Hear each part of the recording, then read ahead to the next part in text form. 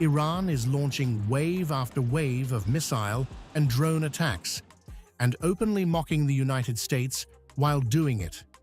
From Tel Aviv to northern Israel and across US-linked bases in the region, the strikes are being framed by Tehran as continuous, deliberate, and just the beginning. At the same time, Iran is dismissing Washington's claims of victory, calling them a strategic failure. The strategic power that you used to boast about has now turned into a strategic defeat. The claimant of global superpower status. If it could have freed itself from this quagmire, it would have done so by now. Do not call your defeat an agreement. The era of your promises has come to an end.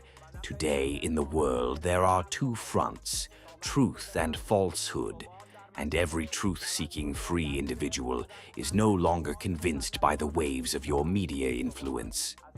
The level of your conflicts has reached a point where you are negotiating with yourselves. The IRGC says this is a pre-announced series of operations, with multiple waves already executed using ballistic missiles, cruise systems, and kamikaze drones. Targets include Israeli cities like Tel Aviv, Haifa, Dimona, and Safed, along with military infrastructure and US-linked bases across the Gulf. Iran claims its strikes are heavy, continuous, and capable of penetrating Israel's layered air defenses, signaling a long campaign rather than a single escalation. There will no longer be any of your investments in the region, nor will you see the previous prices of energy and oil, until you understand that stability in the region is guaranteed by the powerful hands of our armed forces. Stability comes through power.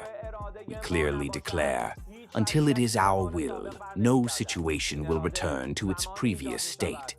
This will only happen when the very idea of action against the Iranian nation is completely erased from your corrupt minds. Our first and last word from day one has been and will remain this.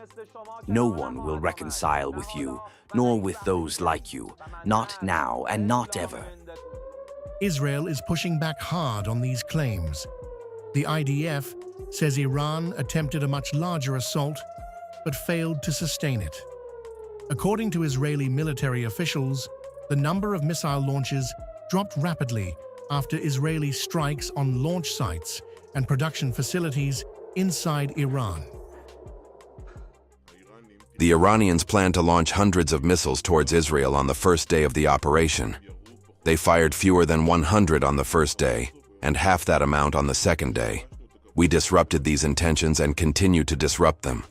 The number of launches decreased very quickly. The average is roughly about 10 missiles per day. The regime tries to concentrate its efforts every few days and launch more broadly, mainly towards population centers.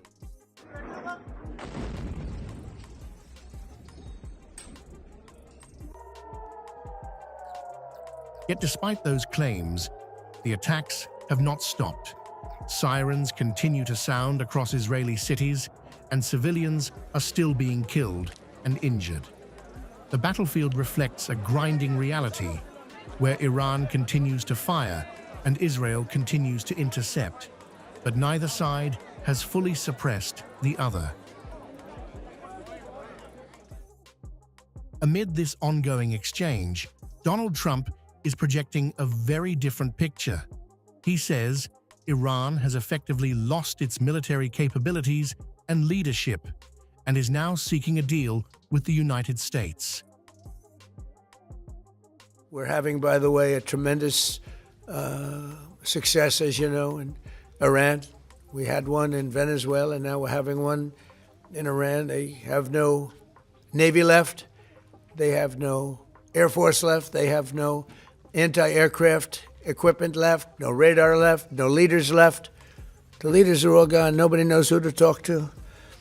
But we're actually talking to the right people, and they want to make a deal so badly. You have no idea how badly they want to make a deal.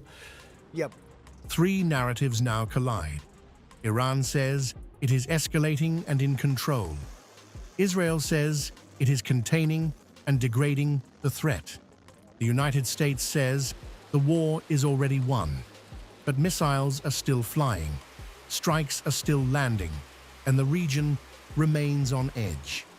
The gap between what is being said and what is happening is now the real battlefield.